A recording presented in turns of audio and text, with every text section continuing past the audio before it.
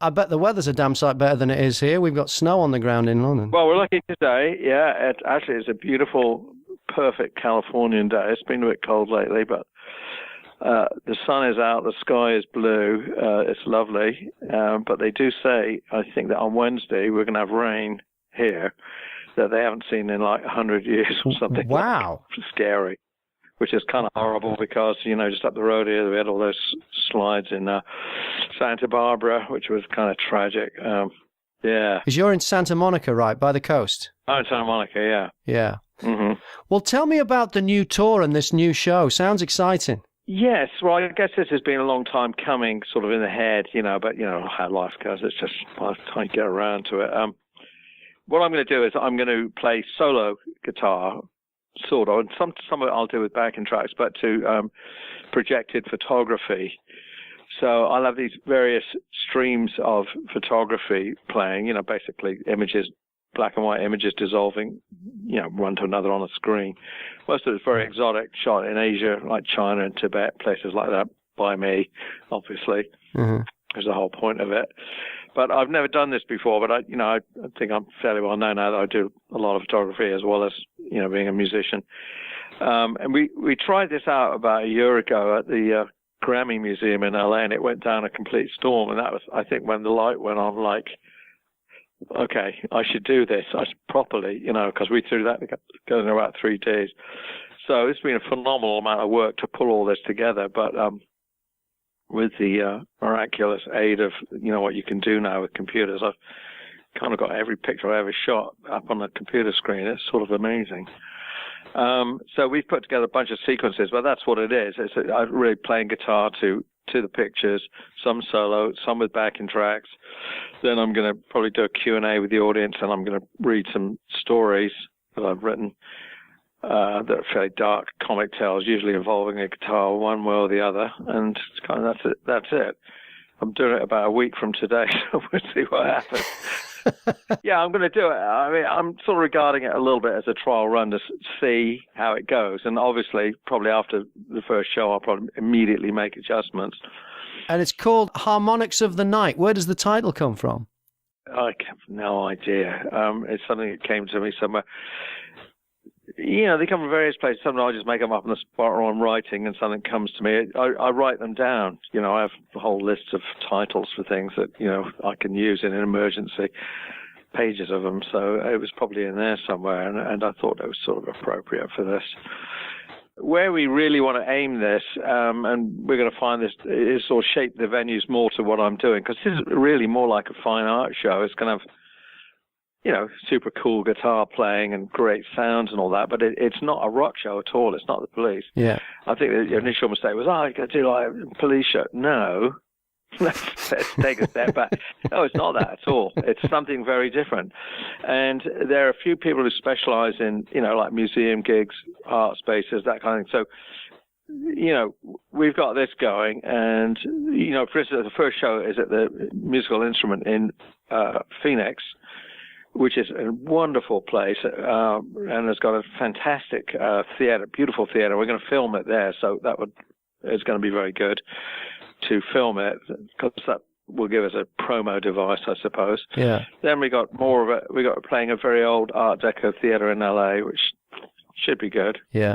Bit nervous about that. Then we got the Palace of Fine Arts in San Francisco, which coincidentally is an unusual situation, because the night before I open a photography show at the Leica Gallery, which is a beautiful space in central San Francisco, called The Bones of Chuangzi, which is the title of a book I have coming out hopefully this spring if the guy gets it out in time.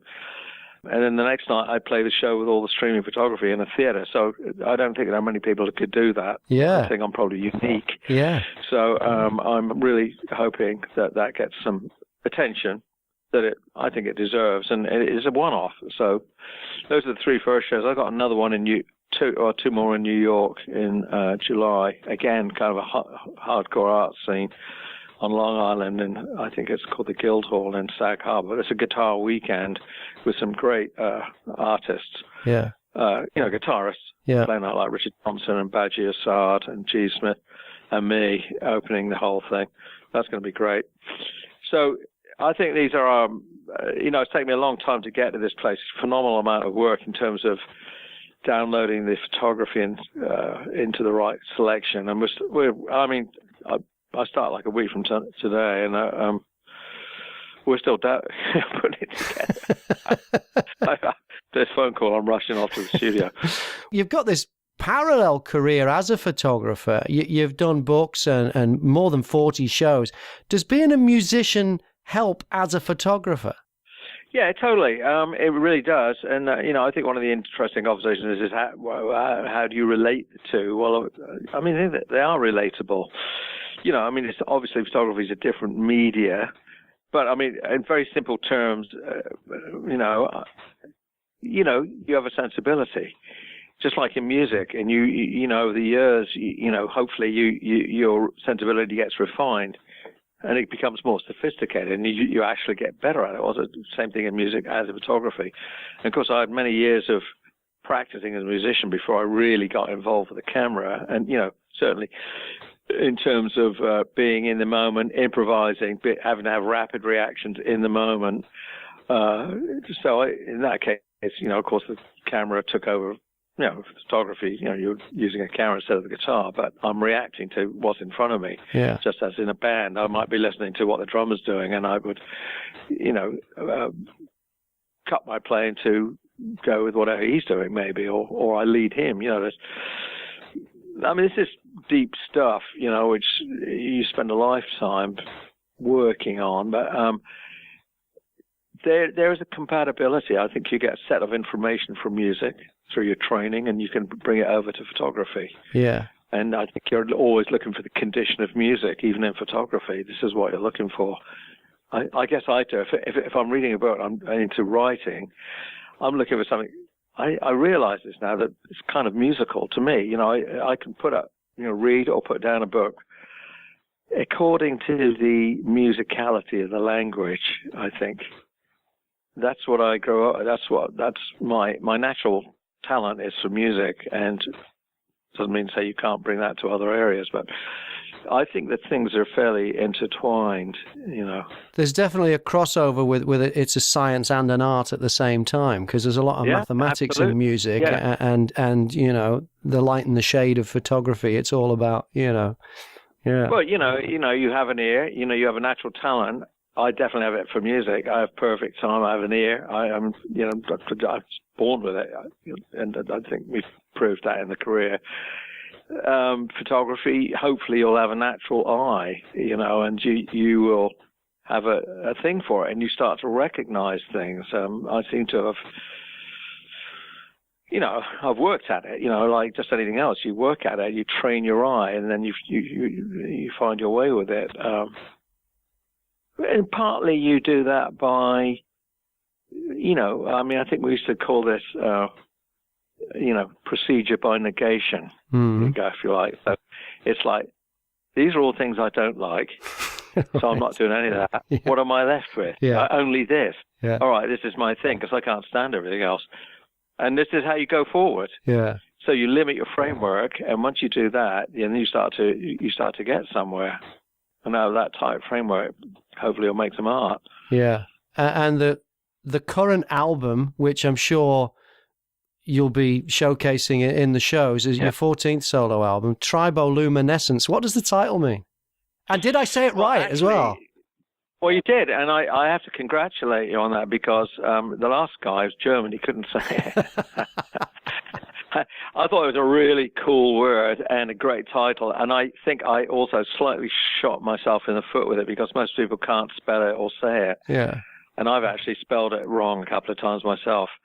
I mean, the previous album was called Metal Dog. I should probably have called it something a bit more simple like that. But actually what it means is I thought of it as a metaphor. If you look it up, it's a science word that means striking something to create light in the dark. I thought that was a lovely, apt metaphor for me. Oh, creating light from dark, yeah. Yeah, yeah. You like one-word titles, don't you? Do I? Have I used a lot? Yeah, well, let's think about that. You seem to, yeah. Yeah. I mean, the magic formula is usually one or three. Okay, yeah. Same as comedy. Yeah. There's probably a lifetime of influences in there, but are there any specific musical places you went to for inspiration on the Triboluminescence album? Yeah, I mean, the little sort of mini history to this, and, you know, the previous album I made was Metal Dog. And now, you know, prior to Metal Dog, I made many albums. I made an album of Mingus, I made Monk, I made a lot of records of all my own compositions, collaborations with other people, a lot of stuff. This started this process, and I guess I'm going to make a third one to, you know, I like suddenly, oh yeah, it's a trilogy. Right, oh, that's a good word, trilogy. Let's do a third one, and then we're through this phase, you know, that sort of thing. Yeah. It's all completely anal, but whatever. Yeah, Metal Dog started out because I was going to work with a visual artist in New York for a dance company, and we were preparing like music and visuals for a very well famous choreographer in New York. It hasn't come to pass yet. I mean, we're sort of halfway through it. And I got a lot farther along with the music. But I was writing this music for Metal Dog for dancers. I wasn't thinking, oh, you know, records, guitar solos, all that. I was thinking a little differently. I was imagining dancers on a stage, you know, like modern dance. And then the other guy didn't really come through enough. So I thought, well, I don't want to waste all this energy and all that. But I was into this very sonic music. So in other words, I wasn't going in prepared like, okay, here's the whole structure. It's all written out. This is the way it goes. Let's get some guys to play it. I was starting from purely sonic sounds that I would create in the studio through various pedals and devices with the electric guitar to get something very fresh. And I thought it was much more cutting edge and experimental. And then from that point, I would try and develop it into, you know, a track or a fully realized composition. But at some point I realized no one's going to dance to this at this point, so I'll turn it into an album, and that was Metal Dog. And then so Triboluminescence is in fact the sort of sequel to that, and trying to kind of up the ante. And there's a lot of, as you were asking, like influences like Southeast Asian music, Balinese music, Indian music, African in there, to give it a sort of a more exotic flavor than just straight ahead jazz. Yeah. You know, I feel like in a more traditional jazz setting, like you'd have a pianist probably, you know, playing the harmonies, and so in this case, I put these sort of exotic guitar loops as a replacement, and I changed the drumming up more into like hip hop drumming and stuff like that. So there are a lot of musical moves to try and achieve this sort of contemporary sound of it. And are you an experimental musician who just happens to have been in one of the biggest bands in the world? Is that how this happened, you think? I think that's true, actually. I think that's totally true. I mean, before I was in the Police, I was in the Soft Machine. I went to college. I studied music properly at college. That was in California, wasn't it? Yeah. Yeah, but my thing was really classical music. I loved Messiaen, 20th century music, Bartok, Weber, all of that. I was pretty educated. I happened to be a guitar player. I was fairly steeped in a lot of 20th century classical music, and, you know, sort of outer edge music. So in a way, you know, I didn't do a lot of it in public, but I definitely had that sensibility going, was very aware of it. And I think, in a way, coming back to this approach more than sort of, I never really liked to play straight ahead. Well, I do, actually. I mean, it's great if you're a player to play bebop, you know, because we all train to play that and try and play it very well, but I don't really want to do much of that in public. So you come to this particular musical space, which in a way is where I started years ago. And I made those two records with Robert Fripp, yeah, in the mid '80s that were very successful and were sort of ahead of their time, and they were copied by so many people. You can see that the sensibility was already there. You know, I was doing it years ago, and of course I subsequently made a lot of records on my own that explored this more. But I feel with these last two records, I'm pushing more to that edge. Yeah. You know, not going, listen to there's some great guitar solos on these records, but not necessarily listen to this fantastic shredding on this record.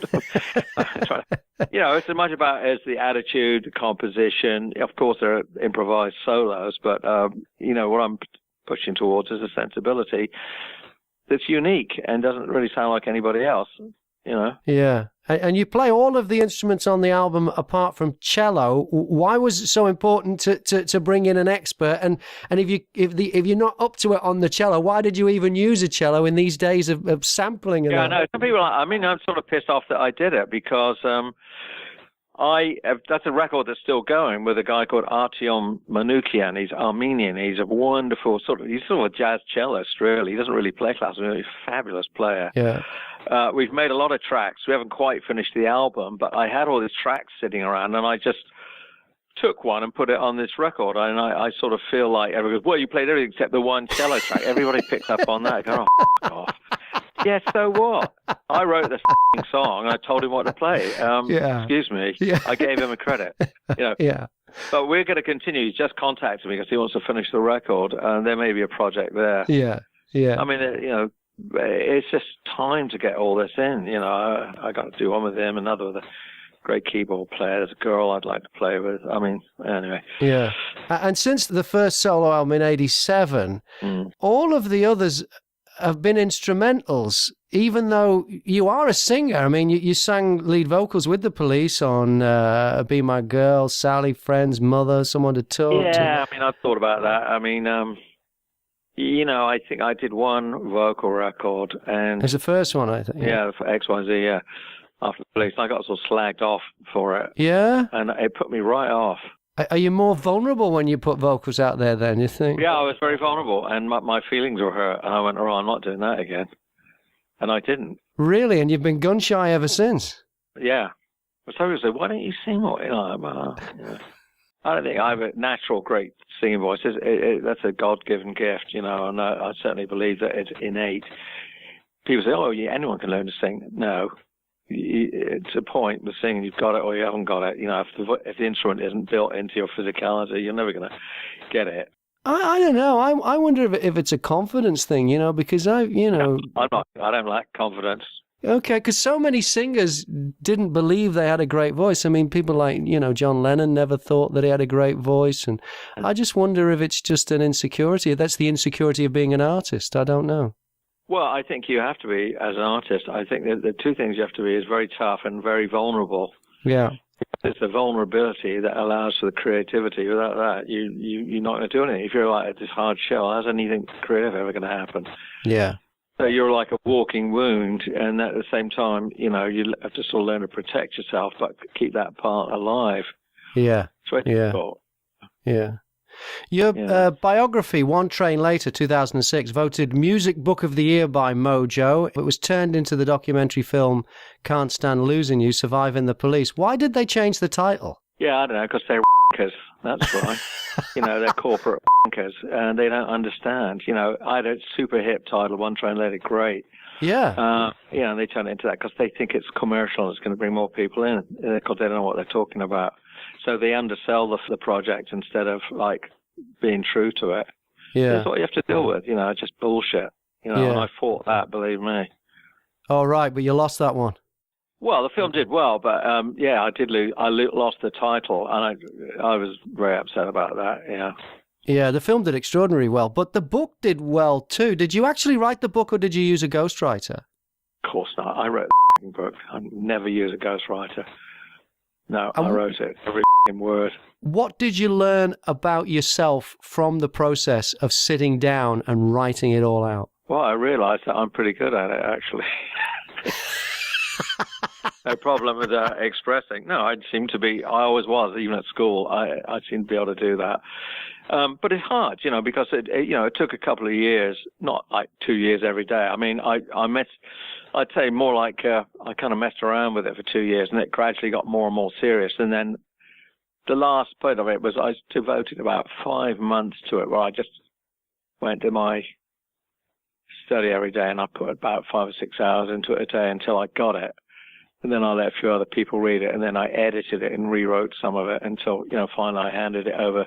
Well, I had an agent in New York, and we sold it, and there's a little bit from the editor, not too much. But it was, you know, a process. I mean, the thing about writing, I certainly learned, was that it's always rewriting, revisioning, you know, and letting things saturate in your head and marinate in your head until you and suddenly out of nowhere you get a better way of phrasing something. It's very much like music in that sense. Yeah. Was it therapeutic as well, like on a spiritual level? There was a certain amount of catharsis took place, I think, because the one thing I didn't want to write about was the police, of course. I had no interest in writing about the bloody police. Who gives a shit? But actually, of course... Well, a lot of people do, actually, but still, I know. Of course, I got, as I sort of mentioned it to a few people, I got sort of, you've got to do that. So, that was the difficult part. And the way I did that was, okay, I couldn't even remember so much of it. I had to sort of look at other books and look online and all the rest. And I literally had to set up a sort of a scaffolding. Like this happened then, this was the first record, this was the second record, then we went to America, then we came back, then we had another number. I sort of kind of outlined, I did a scaffolding of the facts, what actually took place. And I had this all up on the wall, and then I started to write into it, like the emotional side and the inner, the inner life of what really went on. Not because the facts are boring, but that was where I got into it, and there had to be a sort of, I suppose, a methodology. Yeah. Which, writing just like anything else, you have to have a sort of a schematic, that goes, okay, this is sort of it. Now let me see if I start writing into it, how it will change. And hopefully, along the way, you get better ideas. Things just pop out and they go, oh, I never thought of that. There's a sideways thing here I could do. So in a lot of ways, that was like creating music as well, I suppose. Absolutely. And it is now, because I write now. I wrote more last night. I have to write. I'm always writing. I'm always being asked to write things. It's just like endless. And, part of this show that I'm doing is reading stories. I have many. And I'd probably put it out as a book. But and what I do, and the stories are fairly surreal, dark comedy stories. Just because I try to involve a guitar. Yeah. Or music some way, because I think people expect it. And that's difficult, to do that, to always involve that. What is the darkest story that you'll be telling in the new show then? Well, I just got to see how this goes. Like, it's usually about rivalry or of somebody losing somebody else or something being completely f***ed up one way or the other, so they'll never recover. And funny stories too. So light and shade. Well, I hope so, yeah. They're usually fairly bleak black comedy where something's going to go wrong or it's weird or whatever. Yeah, that's what I'm sort of aiming for, to keep the tone throughout. There's different people I'm sort of basing them on, like through my own readings, obviously, Yeah. And so you say you're working on the show right now. How do you prepare for a show like this, with it being so different? Well, the biggest slog of the whole thing has been downloading so much photography over so many years into coherent sequences. Yeah. But, we did it last year at the Grammy Museum, and it went down so well without even having had the time to give it much thought. But I thought, well, Christ, if I sort of line this up better and make it flow even better, it's going to be even better. So, that's really been the most amount of work. It's taken months, actually. Mm-hmm. But through the miracle of the digital world, I've been able to do something that I never used to be able to do, which was download all my film contact sheets onto a screen and put them in this search word engine, so I can pull up anything under any title, and form sequences that way. That's what we've done, but it's been a huge amount of work. Mm-hmm. And then, if they're in film, I have to take out the negatives and scan it, download it, and rebuild the photograph in a digital file to put it up on the screen. Yeah. And there's going to be a Q&A section during the show. Are any questions off limits? Not really. No. What's the question you dread the most? I think I probably know, but what is the question you dread the most? Well, I don't want to really talk about the police, but obviously it's going to be hard to avoid. Yeah. I don't know. Is it going to be like, are the police getting back together and going on tour again? Is this something? Yeah, that's got banal, boring question. Anyone can ask. How will you react to that question? Will you turn on the audience and say, ask another question, I'm not interested? Well, I might. Yeah, I don't know. I mean, I'll be totally in the moment. You're hanging by a thread when you're doing this. Yeah. I'm dying up here. No, I've done it many times. It usually goes very well. People are usually very sweet. Yeah. You have to assume if they're coming to the show, they like you. Yeah. And so you just try to get them to like you a bit more. It's not that difficult, You don't have to be an asshole up there. I'm going to give people a good time, hopefully in an exotic way. And then, it gets more personal and you get into a nice sort of chatty thing. And usually it's going pretty well. It's not the first time I've done this. Like last year of 2015, I had a movie out all over the States. So I was turning up here, there and everywhere, and talking to audiences, So I'm hoping for the best. It's either that or it's over. The whole thing's finished. I'm done. Well, what do you wish people would ask in a Q&A that they don't tend to ask? Well, what you would hope for are the more interesting questions about art. How do you make this? What was your thinking about this? How did you get to that image, or why did you play that there? Where did it come from? And things like that. This gets more interesting. Of course, most of those are fairly hard to answer as well, but it's better than what did you have for breakfast? They don't ask that though, do they? Well, there's usually somebody who will, throw one at you like that. But even that, you have to be on the spot and you have to be fast. You have to be creative and hopefully, they want to be entertained. You can't get like deadly serious and otherwise it's all a bit of a downer. You want it to be clever and witty, you know, and you're on hanging by a thread, and hopefully you'll come up with it. I've done it enough, and I seem to be able to come up with it usually. I've done 5 million interviews in my life, so it's not something that I'm scared of or anything, It's performance. Yeah. It's one of those situations where, I've never felt more alive. Now, you are responsible for so many iconic guitar riffs. Which one are you most proud of? I think they're all pretty good, actually. Could be Message in a Bottle or Every Breath You Take. Yeah. In the past, played on Walking on the Moon, I think, Yeah.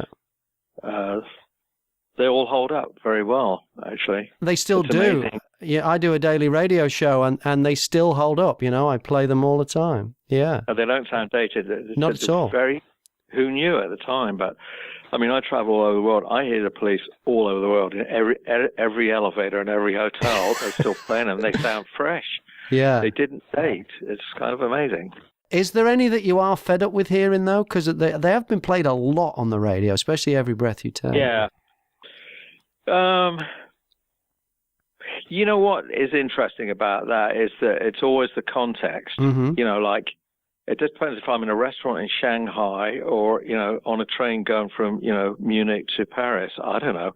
And suddenly this thing comes on and you go, I never heard it like that before. Right, yeah. Oh, yeah. Or a party, when other people are there, if other people are there and something comes on, it's bizarre. Yeah.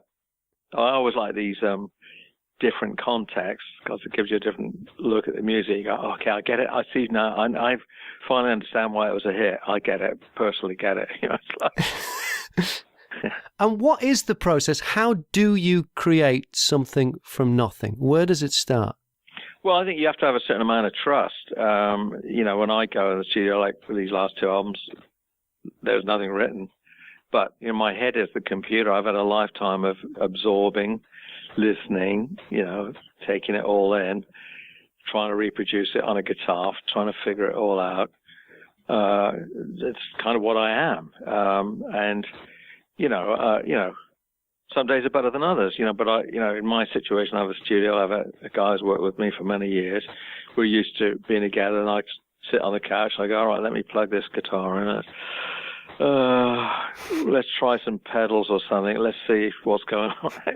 We start literally with nothing, and I'll play for a couple of hours, and some stuff will come out, and wait a minute, that sounds like it might be something. Let's record something. Let's record this, and that's literally how it starts. But I trust the process that takes place in the head, and hopefully the hands, and things will start to emerge. And then you start, hopefully the creativity kicks in, and you start to build on this little bit you got. Like I might record 16 bars of a strange sound and go, let me listen to that tomorrow. I come back the next day, it still sound good. Let me try and play something over it, and let's see if we can find something that might follow it. And this is a process, and gradually you get into the zone, and it all starts to flow. So I'm very much in favor of that. I mean, same if you that's a very free and open process. And the other process is sitting with a guitar, or in my case, usually the guitar, and trying to work out a whole structured piece and writing it all out. Mm-hmm. But you're still, And one of the examples I'd like to tell people that has happened to me so many times is, you slog away on the guitar, maybe with a little recorder, and you're trying to get something fresh sounding coming. You play for a couple of hours, nothing, and at the last minute you just casually just play something, and that's it. You go, and that's the thing. That's the thing. And, all the rest was rubbish, and that last little piece was the gem. That's what I was looking for, and that's it, and that's what happens. But you wouldn't have got to that last piece if you hadn't been through the process. Exactly.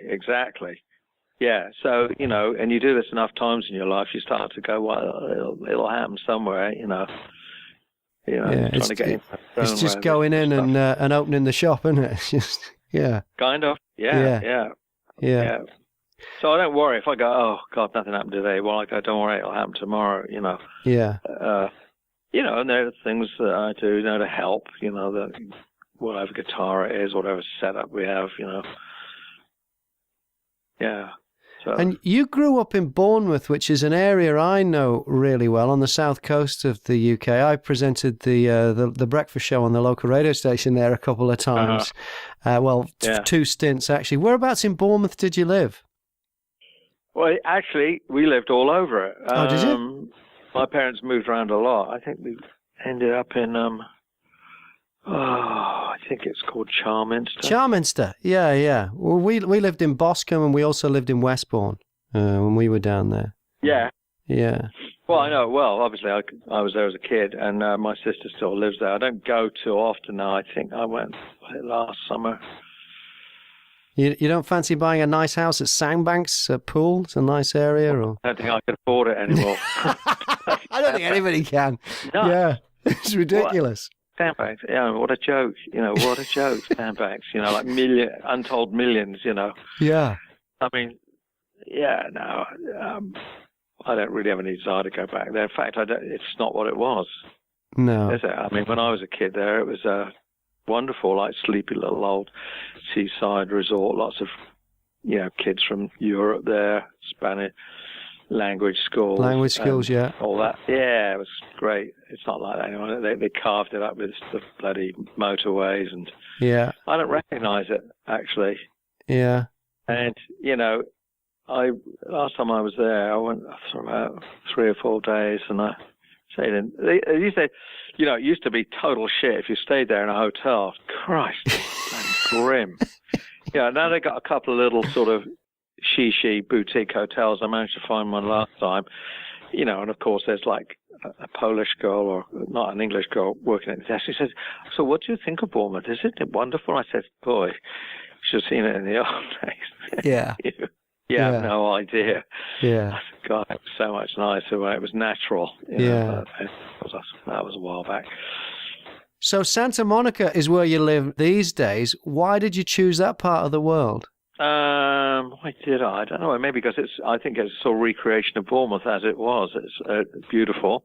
Yeah. Right by the beach with the cliffs. It's the same. It's like Bournemouth on steroids.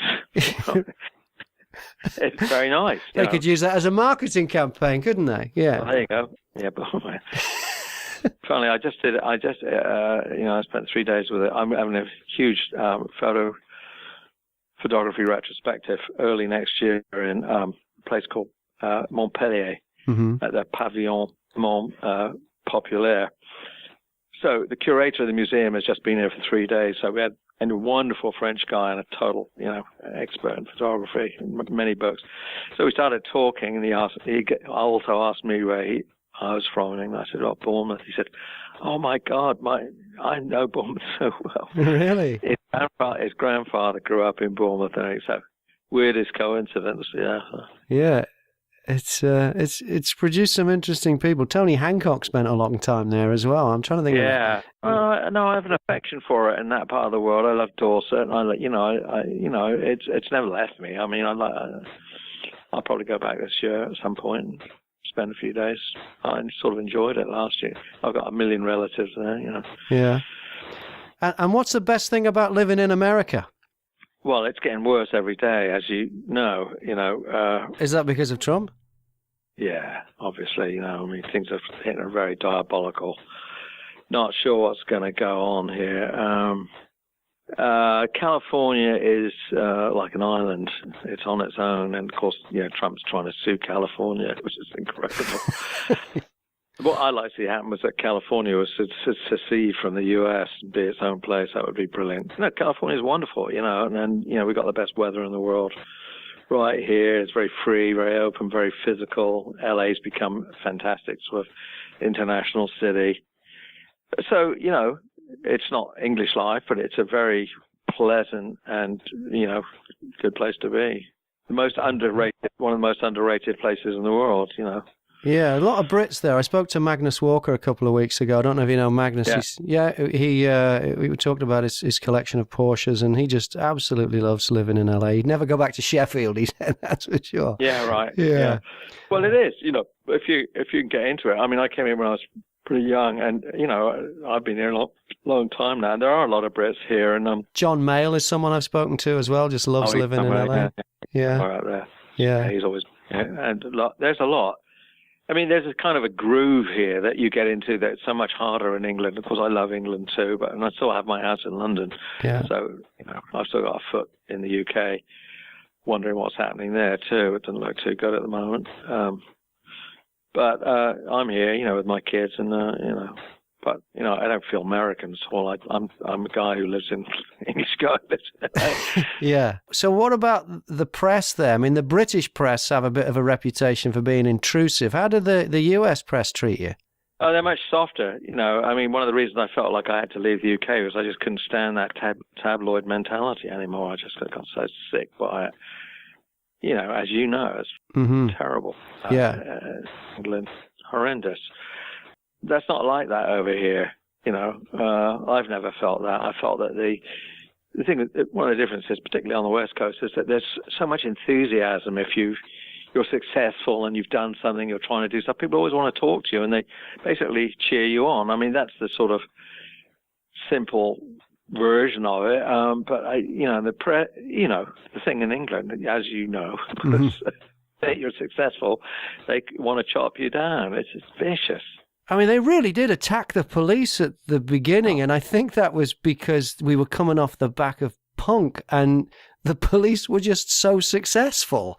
It had nothing to do with the work, but I think didn't they have a problem as well that you and Stuart and Sting to a lesser degree had come from whatever prog is, but had come from what they were calling a prog background? They had a problem with that as well. I mean, what? They have a problem with everything. I was never prog. I was never in a prog band. I don't know what they're talking about, Yeah, but you did get that though, didn't you? Well, we got everything. We got all the shit they could throw at us. That's typical of the press. But meanwhile, every record was number one, and we were like the biggest band in the world. Yeah. I mean, the only thing you just end up with, well, you. I don't want to stay in this country. None of us did. Yeah. We all left. Yeah. Yeah. Like so many people do, can't take it anymore. Yeah. It's legal, and it's never really changed. And I've never forgotten that. It was definitely a factor in making me not want to be there anymore. It was just, I guess I was used to being in the US all the time then, and being in LA, and being cheered on, everybody loves you, and it's so different than the atmosphere in the UK. Yeah. Which was kind of poisonous to some extent. I've never lost my love for England and English life and so much about it, and especially the humour. But the tabloid thing is just really terrible. Now once Murdoch took over. Yeah. Well, when you were the biggest band in the world, it must have made going out in public interesting. What reaction do you get these days when you're out and people recognise you? Well, it's all context. It's context. Yeah. If you appear in some sort of situation where people they're more tuned to that, then you're going to get people come up to you and approach you. Yeah. That's the way it is. I can go to the supermarket and just go in and out. I don't get bothered. I mean, sometimes you get stuff like that, but most of the time I live a fairly normal life. Do they ask for the dreaded selfie? Oh, yeah. It's the one thing I really hate. Do you pose for them? No, sometimes I do. A lot of the time I don't like it because, like particularly with this thing I do in Brazil, it's like, lines around the bloody block. Now, in the old days, somebody would monitor it. You would sign an autograph by, thank you, very quick, 1, 2, 3. Now they want to stand there. They're trying to get their camera to work. They all want a selfie. And each person takes 5 minutes. It's like, Christ. So you don't have a lot of alternatives except to leave immediately and not meet anybody, or you're going to be there for 3 hours. I mean, it's gotten sort of difficult. Yeah. I chatted to John Cleese. I went to meet him in Chelsea in his office, and we had a chat there for the show. And he will not pose for a selfie. He wouldn't even pose for one with me. Yeah. So there is. He's just got zero tolerance. Could you see it getting to that level? Yeah, really. I mean, because but I mean, at the same time, you don't want to be like this horrible guy. You just they paid to come and see you, and they, especially in foreign countries, they expect it. I think you have to set it up. Like no selfies. Somebody has to be out front saying no photographs. You sign autographs. Give us your autograph book or whatever, or the photo or whatever you want signed, or the record. But no, we're not doing selfies because it's just. I mean, literally. There's 2 reasons. It takes too long. Yeah. You'll be there all night trying to get through the line. And 2, they're always horrible. So, if you have any vanity about your image, you look like shit in a selfie, and then they can put it on the internet. Because it's so close and it's wide angle. And it's horrifying. Andy Summers, it's been great talking to you. Andy Summers, the Harmonics of the Night tour. It's going to be at the Music Instrument Museum in Phoenix on the 27th of March, then the Regent Theatre Los Angeles, April 14th, Palace of Fine Arts San Francisco, April 19th. You'll get more details at andysummers.com. Andy, thank you so much for your time this morning. Yes, great talking to you, Graham. Thank you very much. All the best.